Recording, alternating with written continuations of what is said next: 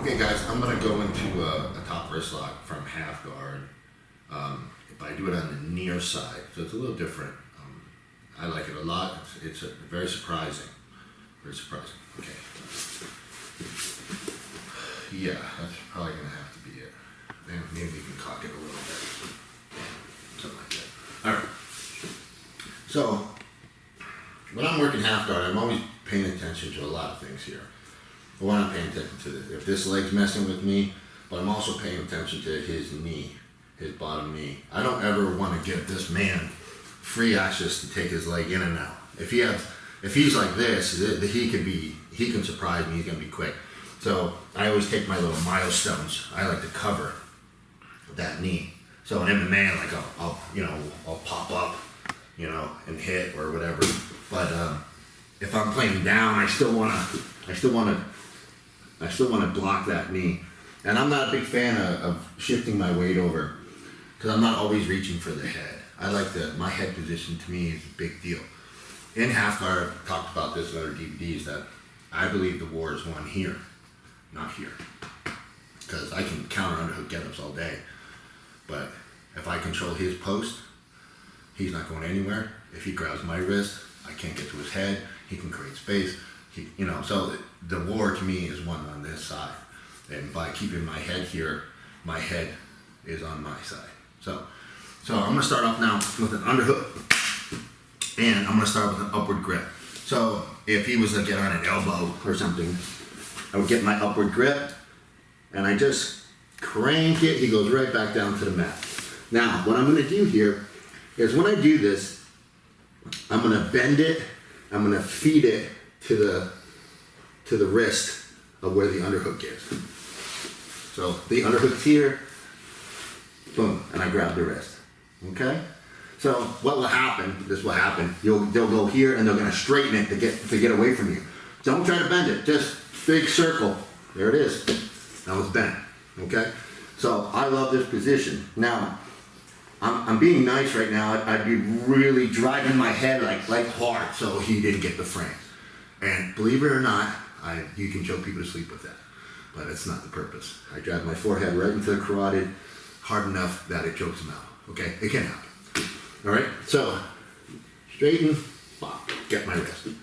Now, from here, nice and tight, this position, I'm going to retract, go under, and I'm going to grab my own wrist. So right now, like I said, I'm still being very nice right here. I would either be turning him or I'd be choking him, but I'm being this tight because I don't want that other hand to bother me. Are you okay, bud? Because I don't want, if my head's up, he's going to mess with me and then it changes things. So I always make sure I'm nice and tight and covered. I don't like overdoing it because this leg can start messing with me too, and I don't want to get heavy. So I like to keep my ankle hid, nice and tight. Now what I'm going to do is I'm going to start to bring my elbows in, I'm going to lift this. And now as I lift this, now I'm going to start to pull, let him start to pummel through, and I'm going to start to pull it. This elbow's going to go to the other side of his head. Here, I'm going to turn my foot up, or you can try to sprawl back and trap the leg. I just turn my foot up, and I'm just going to pull and straighten. My elbow against his head here is very important. That's moving his head away from the joint is what helps me break it. So by keeping my forearm jammed in his ear, he's stuck. Okay? Don't try to be here. You don't want space. While I'm moving with the leg, once again, if he's in pain, he's going to start freaking out. He's going to try to move this leg or whatever he's going to try to do. So by simply, I'll turk it up a little bit. I'm trying to keep him in control so his bottom leg doesn't turn out. If you have problems with this, you can try to lock, you can try to figure four, but I just simply turn it. I just hook and curl.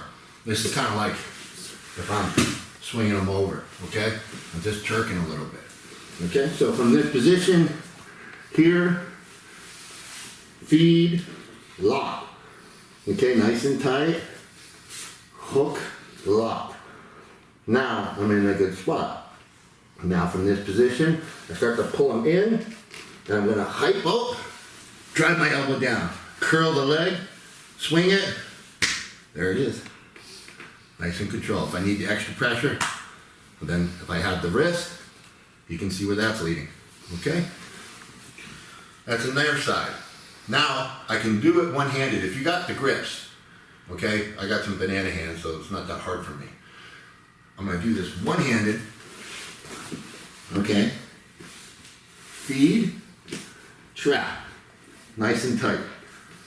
Hook, and I'm gonna cover his wrist. You see how I have his wrist? Now I'm going to release, and then I'm gonna catch. Re-grab the arm, and I'm gonna drive my head. And now he's tapping here.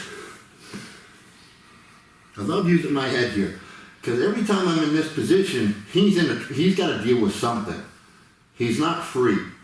He's got a problem, and his problem solving will dictate what I do. So, lock, boom, hook. Now I have my figure 4 if I want it, or I feed it, and finish.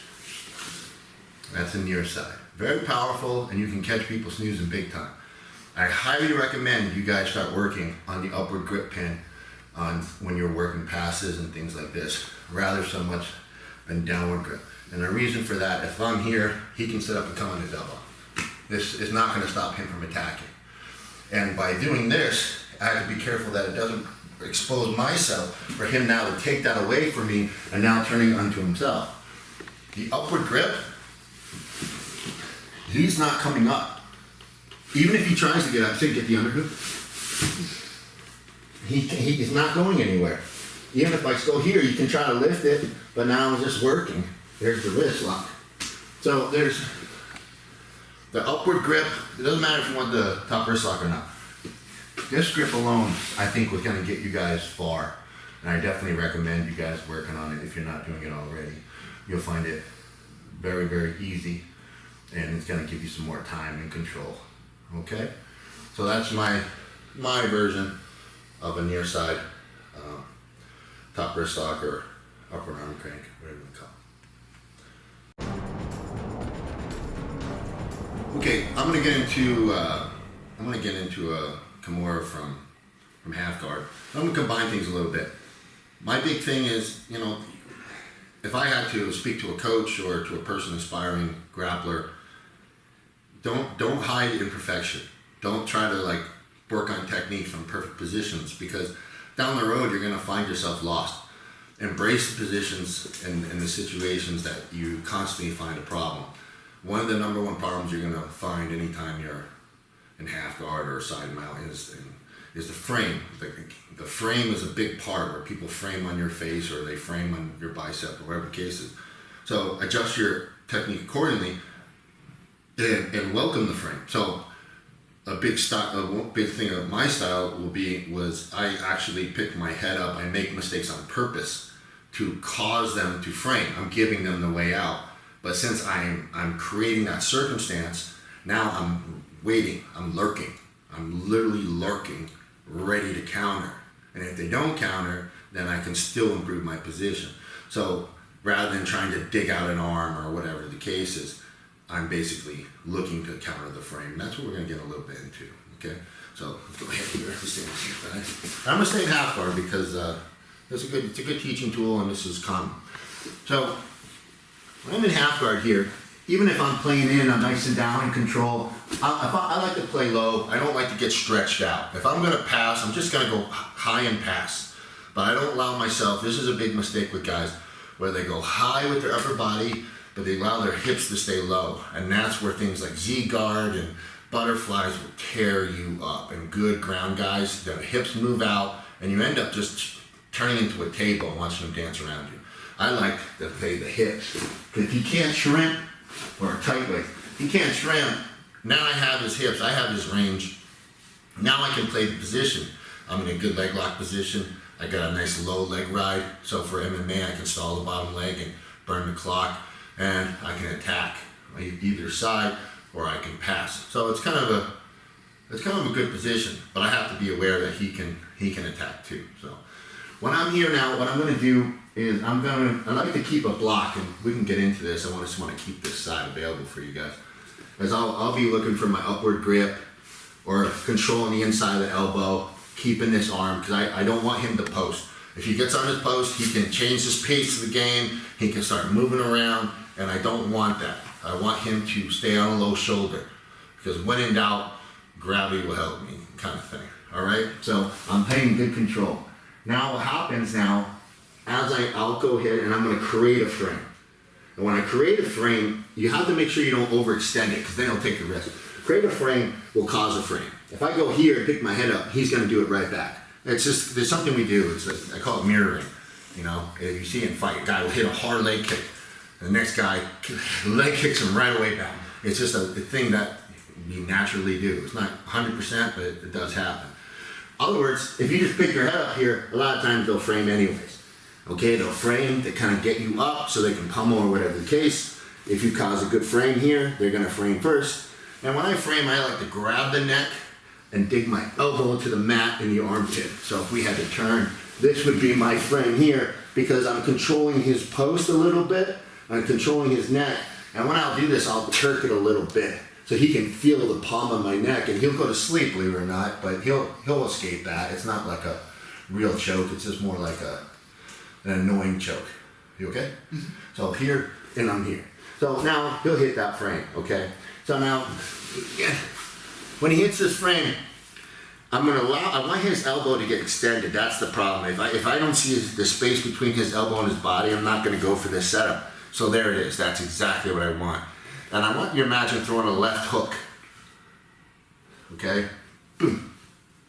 I'm going to aim right under the knot of the elbow, right under the joint there. I don't want to be up here on the tricep at all. I don't want him to overshoot it and lose the elbow. So just right underneath it. I'm going to throw a hook. Now, when I go to do this, I'm going to throw my body weight behind it. Okay? Because it's going to be a nasty move. I'm going to throw. My hand is going to go to the body. Okay? My weight is going to shift and my shoulder is going to go forward. This hand now is going to quickly, and what it's going to do is it's going to create, I call it a break. I'm going to keep it here. I do not want the hand to pass in front of me. This is something you do not want to happen. All right, this is something he's doing. A lot of guys wait for this, and then they deal with trying to rip it out and all these other things. Don't give him that chance. Just let him make his own mistake. Here, I create the break. So if I'm here and I'm on the break, and he tries to move his hand and rotate it, he can't. Okay, so I'm right at the joint. My shoulder weight's forward, my hips are low. I have my break. Now, what I'm going to do is I start to drive with my head, and I rotate, and I lock. Now, I will start a hyperextension here. You're not going to get it. He's just going to roll his wrist to counter it. But that's exactly what I want. I want him to roll his wrist. So when I'm here, block, use my head, hyperextension, roll. Now, I'm going to bunch it. Bunch, bunch, bunch. You see how my elbow, since I'm perched a little bit, my elbow's on the hip. Okay, so now I got some control. Now I got to figure out how I want to pass this. I can try to limp this leg out and just pass, or I can try to step over to a leg cradle or do a rolling leg cradle. So I like the leg cradle, so that's what I'm going to do. I'm going to keep this bent. I'm going to show you both versions. I'm going to curl his leg. Now what I'm going to do, I'm going to post on my head and get hip separation. And as I start cranking his joint, his head will come up, and I'm going to leg cradle and cross my feet. Now from here, I'm going to pull, and I'm going to push my left leg. And keep this tight. Don't be out here. Always keep this tight to your sternum. Remember which arm does the break. This one. Okay? And that would be a rolling leg cradle version. Now, if you're, it depends, I guess it's all relative based on your opponent and how big you are. I got big old legs, and I'll just step over. I'll just do like a big daddy step over leg cradle. Okay? So when I'm on my frame here, I hit my lock, hit my break. I love using my head here. Hype it, bench bunch, get my lock. Now what I'm going to do is I'm gonna do a quick pop. I go from lift, pop, high leg, sit. And so I'm keeping this leg curl. I wanna stay in half guard. I'm gonna drop my butt on his head. I'm gonna pull this in. See how I take my sternum? It doesn't take much. If I need some extra pressure here, I'm gonna roll my wrist, ice pick it. But I like to keep that nice and tight. 1, 2. I like that position a lot. I can be a dick about it. I can really cramp them up and cradle them if I need to. But it keeps my leg, by staying in half guard, what that does is it keeps him from spinning. He's got to pickle. He's got to unlace. The spin is the enemy, and we'll get into more of that when we start covering more north-south finishes, okay? The spin is the enemy. So, staying in half guard, very often, I'll step into half guard on a Kimura to keep him from spinning, especially if I don't have the grip right, okay? Especially if I don't have the grip right. So, that's what I call a tight version, where people frame, catch. Drive your shoulder forward, okay? And that will start to create the hyperextension. You're gonna have to make a hand change because you have your break. Use your head to keep the pressure in the hyperextension, roll. And then figure 4 it, and then finish it. Nice and tight. And in real life, you're gonna throw this hard. You wanna be a villain. Okay? So that's a nice tight version of countering the frame. Okay guys, I'm gonna show another half guard version of the wrist lock.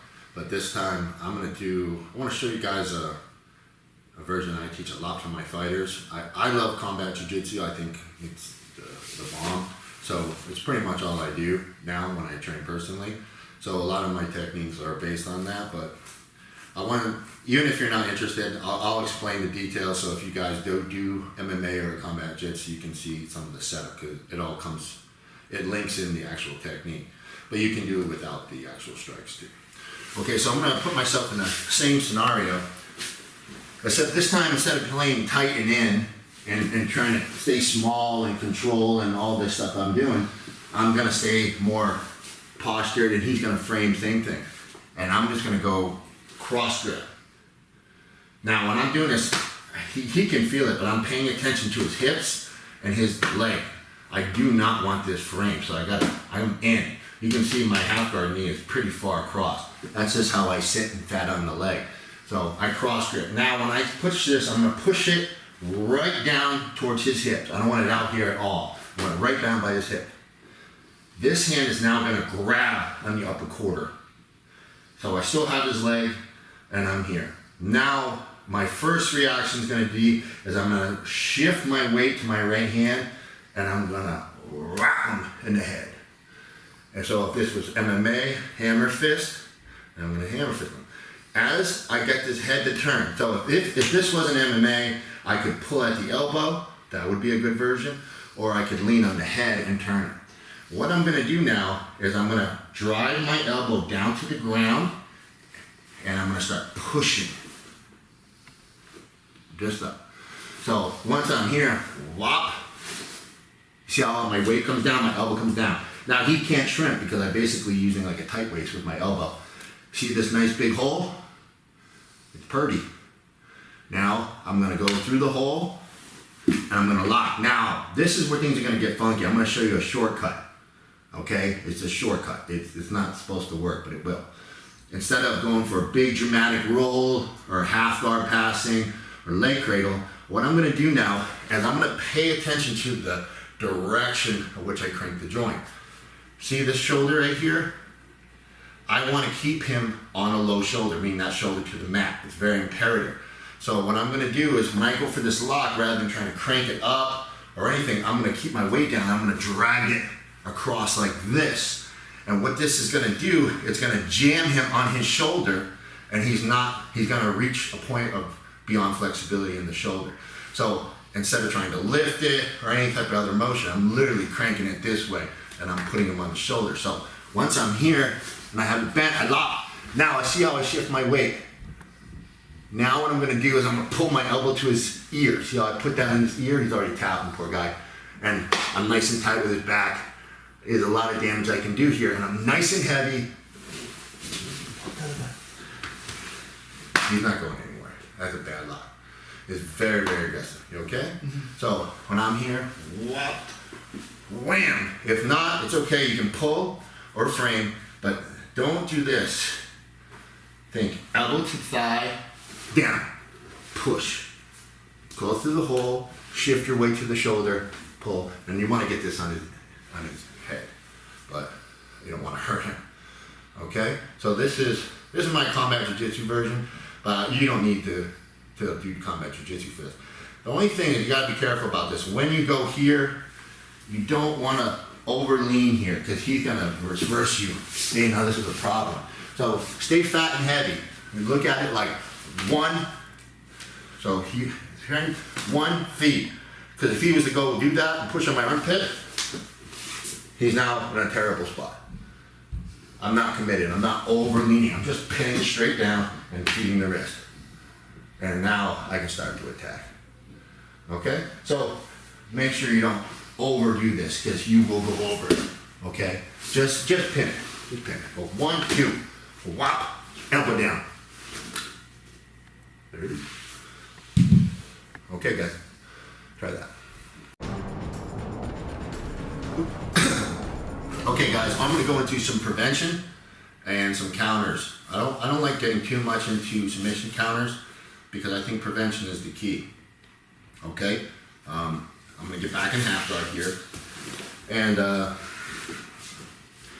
first let's talk about this limb. Okay, a lot of reasons, like if he was a Kimura hunter, which he may be, I got to be very careful about hand placement. So basically, if my hand touches the mat, I'm going to get attacked. Okay?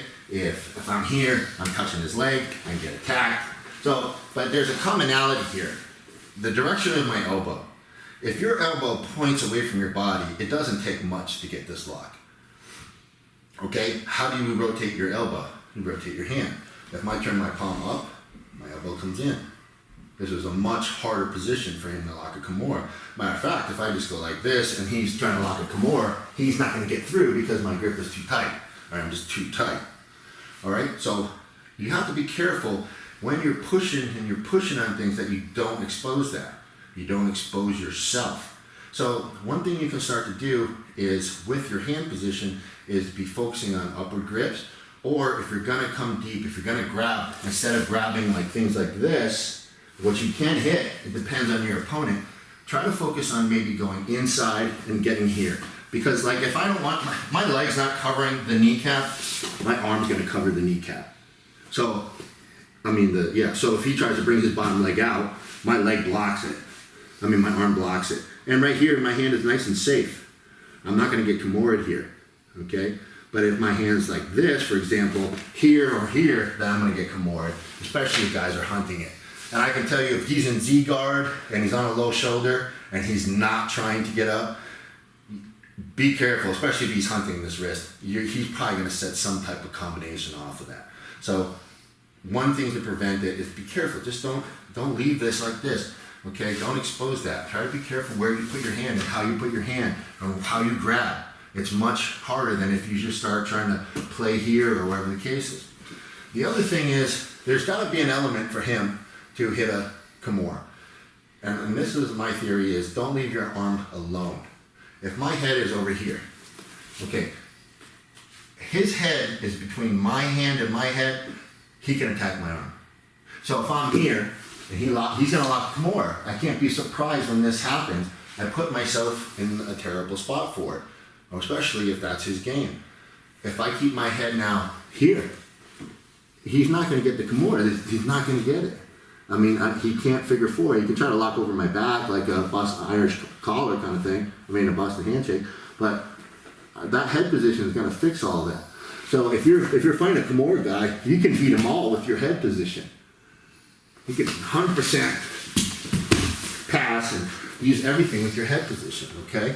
So if you're fighting a Kimura guy, be conscious how you're grabbing, using your hand. Don't let your head drift. As soon as your head drifts, he's gonna go. He's gonna go. If he's holding your wrist, just grab my wrist. This is a sign. don't let a guy grab your wrist. There's nothing good is gonna come of that. So before you try to pass or attack, stop what you're doing, clear the grip, re-grab. Get a position you can handle. If he's a Kimura player, don't grab downward grips because he's probably gonna come up and he's gonna redirect the grip. Do upward grips like I taught you. Okay, these are little details that are gonna teach you to prevent and cover some prevention. If you make the mistake and your hand's there, okay, and you smell him looking for it, so basically he sits up, what I'm gonna do before I even try to counter this with any type of grip, let's say my head's not in the center, I make the mistake, but he starts to lunge for it, I'm gonna use my head and shoulder to defend the lock, okay? So this will be something, I'll teach it slow, but it's a timing thing. You'll time it. I'm not going to really let him get the figure 4 here. So basically I'm here and I made a mistake. Now he goes. He starts to lock it. Now I'm going to drive my head over to this shoulder and I'm going to grab here and my hips are going to come down. You see how his shoulder comes down? This hand comes out. Okay? So if I'm like this and I feel him go, my head comes over, I'm in a good spot, I can reframe. He's here. I'm driving my head to that other shoulder, forcing him face down, and that's gonna screw up his lock, okay? It's gonna screw it up. If he gets a good lock here, so he comes up, one of the things I gotta look for is this. So a lot of grapplers, what they do is they come onto their elbow when they look for the Kimura. I'm not gonna teach you to do that because once I get this one-on-one, now he's not gonna finish me. It's possible for sure. I'll teach you guys those techniques hopefully today on the DVD, but I have this one-on-one, I take away a lot of his power. So now when he wants to crank it, now I start to add my head pressure and I turn my palm up. And now he can see how this is gonna turn bad for him. So I can be a nice guy and just limp out and hit. And now I have my one-on-one. This is much worse for him. So a guy like me in an MMA scenario, I bait this Kimura, he comes up, I take my one-on-one, I flatten him down. Now I'm in a great spot. He's giving me my favorite grip, bottom wrist lock, bottom rib one-on-one. I got his hips, I got everything. So if that happens, you can try to beat it, you can try to get the one-on-one and time it, and defend yourself. This is all preventative. You want to try to prevent yourself from getting caught. If you get locked up, okay, the first thing you want to do when you get locked up with this, a lot of guys go here, okay? I'm not a fan of that because the Kimura, everything's just about getting the hand out. But at this point, if he gets my elbow away from my body, he's going to get the Kimura. It's not about trying to get the hand out necessarily. He's got to move my elbow. So if he locks the Kimura and I go here, I'm just relying on grip. I'm going to turn my palm up. So if he locks his Kimura and he's in, and I'm going to turn my palm up and I'm going to hug myself. So my hand is here, I'm just going to hug. So now I'm going to tell him to go and try to crank it. He can't because my hand is in a strong position. So even though he has an advantage, as long as I don't let his leg get in the fight, he can't get this. And now I can start to turn it against him. If I just go here, now he pulls my elbow away there, he's going to get it, he's going to break it. But as soon as I turn my palm up, I push my elbow down. So he goes here, I go here. Now he tries to finish, good? I'm all day here. My hand is up, it's in front of my body, and I'm nice and heavy here. I'm nice and strong. So if I put this in combination where I make the mistake, my head moves, I get the one-on-one, but he gets a good lock. Now I turn this inside. Now I'm in a nice position. I can either turn him, put him on his belly, or I can now start to turn this lock against him. My hand's already in. I'm in a good spot here. I can actually now take this through, lock. Now some guys will do this, they'll figure 4 and crank. I like, if you get that, that's great, just crank it. There's no special technique, just hook it in the crook, figure 4, crank it, okay? It works good for MMA because of gloves. So if he locks that, turn my palm up, I drop my elbow down, crank. If he's got a good lock, and now you're able to move, you can get the elbow through and relock. Okay? I'll go into some details about that. So he goes for the Kimura. I turn my palm up. Now, here's the thing, so his elbow's in front. So that's why if his elbow's in front like that, that's when I'm just gonna figure 4 and crank it. But if I wanna get a better grip, because in no-gi, the problem with that is sometimes they can limp because there's no hook. So when I go here, I have to really lock it to make sure his wrist, so he can't limp out, okay? If I wanna make sure I get him here, I turn my palm up, and I'm gonna rotate my hips a little, get that elbow through. Now I lock. And now from here, he's already caught. Okay? Then there's another way to finish that. Okay? So if the elbow's on the outside, you can crank it, but if they slip out, don't be surprised. It's a little trickier to trap. If you actually want to turn it on him, palm goes up, then move your hip around his elbow. So again, his elbow's on the outside, my palm comes up, drop my weight, crank, okay, turn my palm up. Now I'm going to shift my weight, get the elbow through, lock, and now he's already tapped. Okay, so here's a couple versions there of countering, but to be honest with you guys, the prevention I'm trying to teach you, head position, beat you on this, I'm really trying to help you guys because you won't get caught in too many Kimuras if you play that kind of style, unless somebody's really tricky. Okay, so good luck with that. Okay guys, I'm gonna jump around a little bit, but I'm gonna start off with a pullback rear naked choke and how I'll do it into a Kimura sequence. I teach it a little different, and I do it a little different than common. I know a lot of guys, from here, they'll work the Kimura grip, which is great. I mean, that's great. There's nothing wrong with that at all. My thing is, I'm a big believer in the one-on-one. If I have a one-on-one, I have you, because there's a lot I can do with this, and hopefully we'll get to that kind of stuff, because this is a great grip. So I really like my one-on-one. I like to pin it. So if I'm here, or if I'm here looking for my rear naked choke, I like my one-handed finish, push, get off my knees, and tap them. Okay, so this is, I'm not trying to teach you to choke, but I'm trying to show you an entry, because a lot of guys will go here, and then they'll roll it out. But it becomes pretty obvious that you're going for it. So to me, you gotta be careful how you do it. When I'm here, and I'm going back, or things are failing, this one-on-one gives me some control, but I need to have some control of his other limb. Okay, and the reason for that is the spin. To me, the spin is the enemy. Okay, the spin is how he's gonna get out. So a lot of times guys will go here, they'll lock this up, and they cover the head, but they don't control an arm or a leg, and they're here, and the guy spins, and he rips his elbow down. Okay, it's super common. One of my black belts under me, he fractured my own wrist because we had MMA gloves on, and I had locked this, and I did the same mistake, and when he spun, my wrist got locked, and it, boom, he ripped it down so hard, and I fractured my wrist, and it was a pain in the butt to heal from it. So, for me, the spin is the priority. If I stop the spin, I'll get the lock. That's kind of my attitude with it. So in cases like, say, the snap down position, okay, how I like to set this up is if I'm here and I'm pulling him back and it's just not working, what I'll do is my fist was gonna go here to his armpit. Okay, let's move a little bit. My fist will go in his armpit. And I create like it's kind of like a reverse half, and I'm creating pressure on his neck, and I still have his wrist. But what this does is I'm already getting my grip inside. If he's tight here, I don't want that. So when I bring him down, I want this here. So if he tries to bring his elbow to his ribs, I have a space, okay? And that space right now is gonna be exploited by me.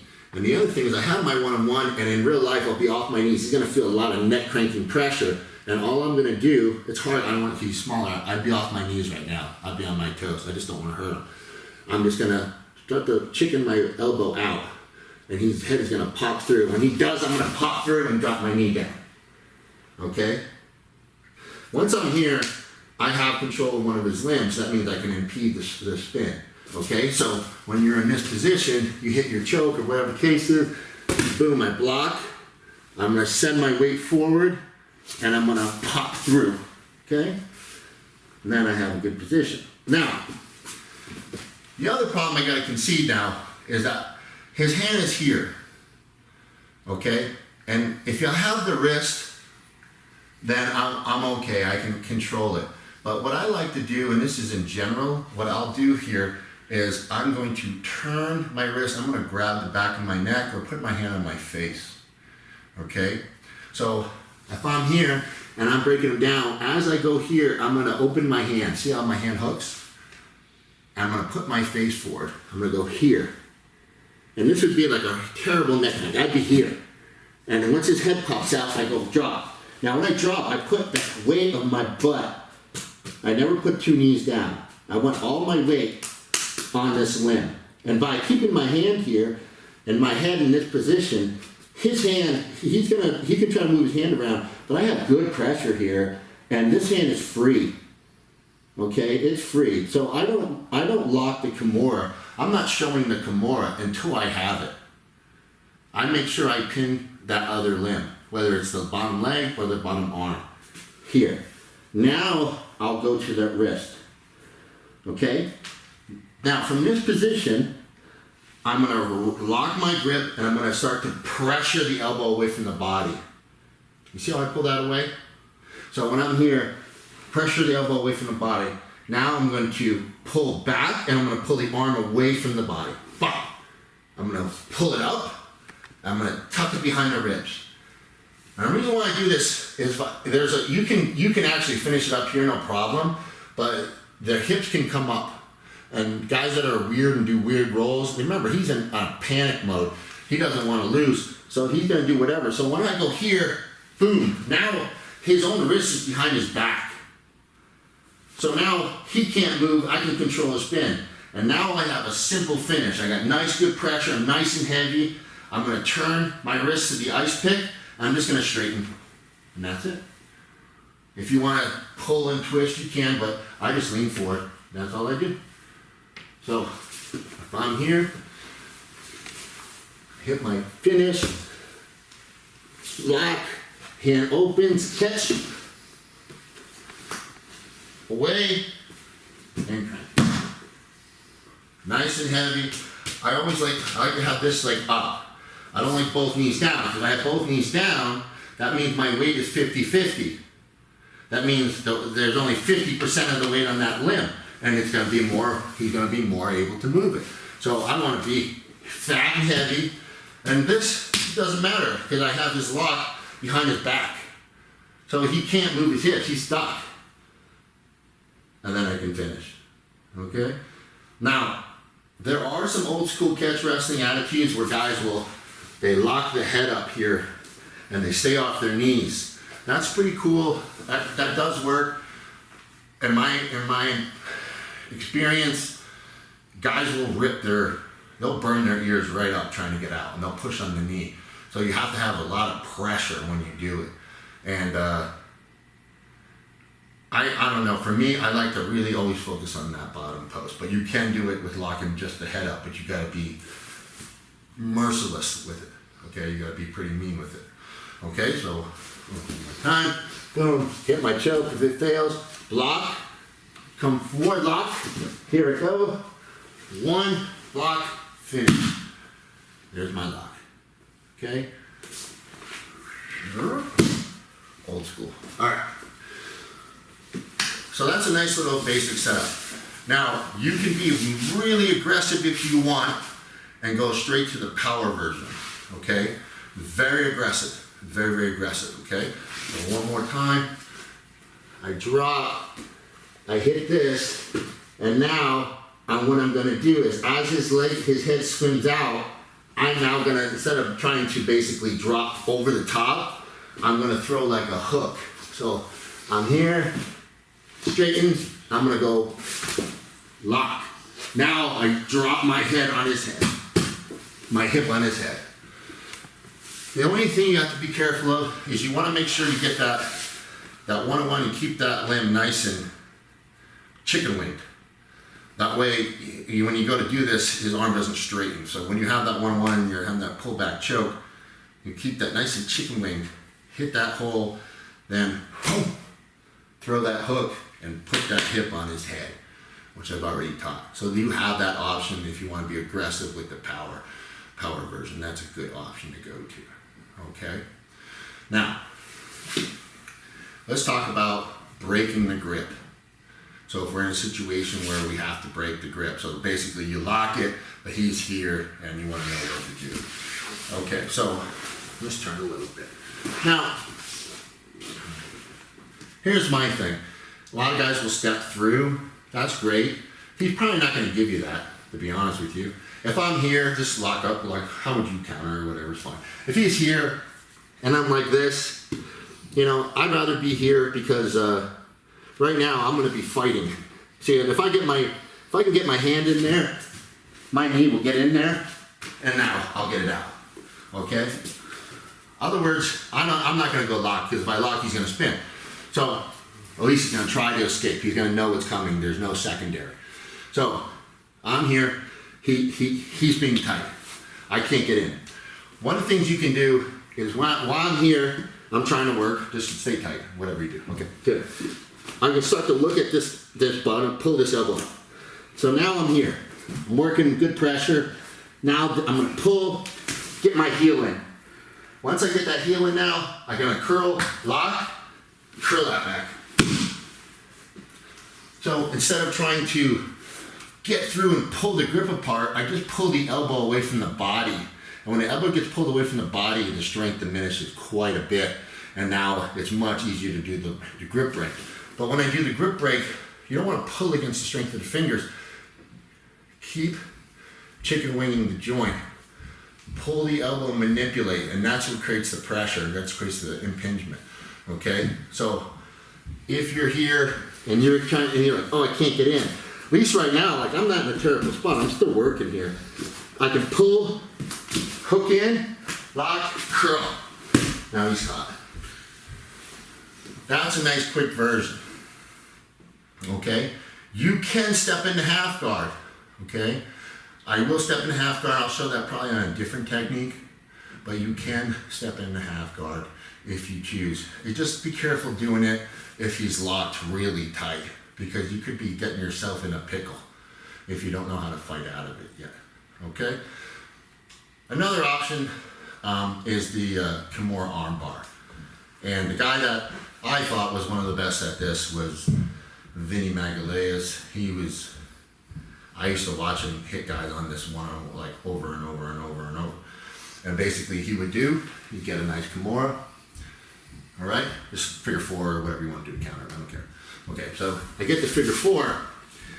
And now, if I'm here, instead of telegraphing it, I know right now he's probably going to spin in a second if I don't make something happen. So I gotta stay some good control. But what Vinny would nicely do, he'd go here, and instead of taking the energy to try to break this grip or try to pull it out, he would just make it an armbar, but he would like tilt it a little bit and mess with it. So keep that weight on the opponent, keep my elbow into his ribs, and I'm going to use my power, and then I'm going to step over like I'm going to sit. Now I'm not going to clock all the way around. In fact, I'm just going to kind of sit a little more and more stop. Keep your hands locked. Okay? Now just like keep them nice and tight. Okay, good. There we go. So now I'm here. I'm going to put my foot on his hip, not through. I'm going to put behind his hip. And now, a lot of people think I'm going to push and pull. That's not the case. I'm going to push on his hip, but now I'm going to pull his elbow away from his body. And you can see he's already tapping from the Kimura. In real life, if he taps, he taps. In other words, I start to pull it straight. This leg comes through. And finish. Okay? So if you're in this position,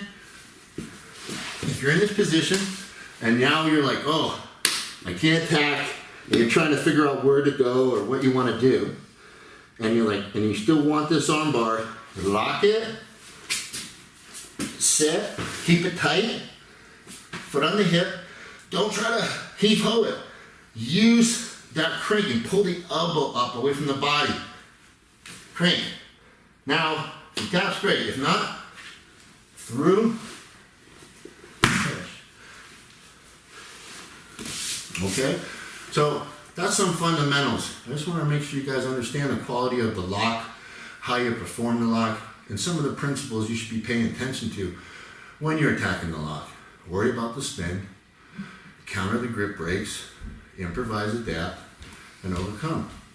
Don't give away the Kimura. If you figure 4 on it and you don't have good control and you think he's going to spin, open up, control the other limb, get yourself in a position where if he spins, he ends up getting north-south joked or blend it together. All right? Very important.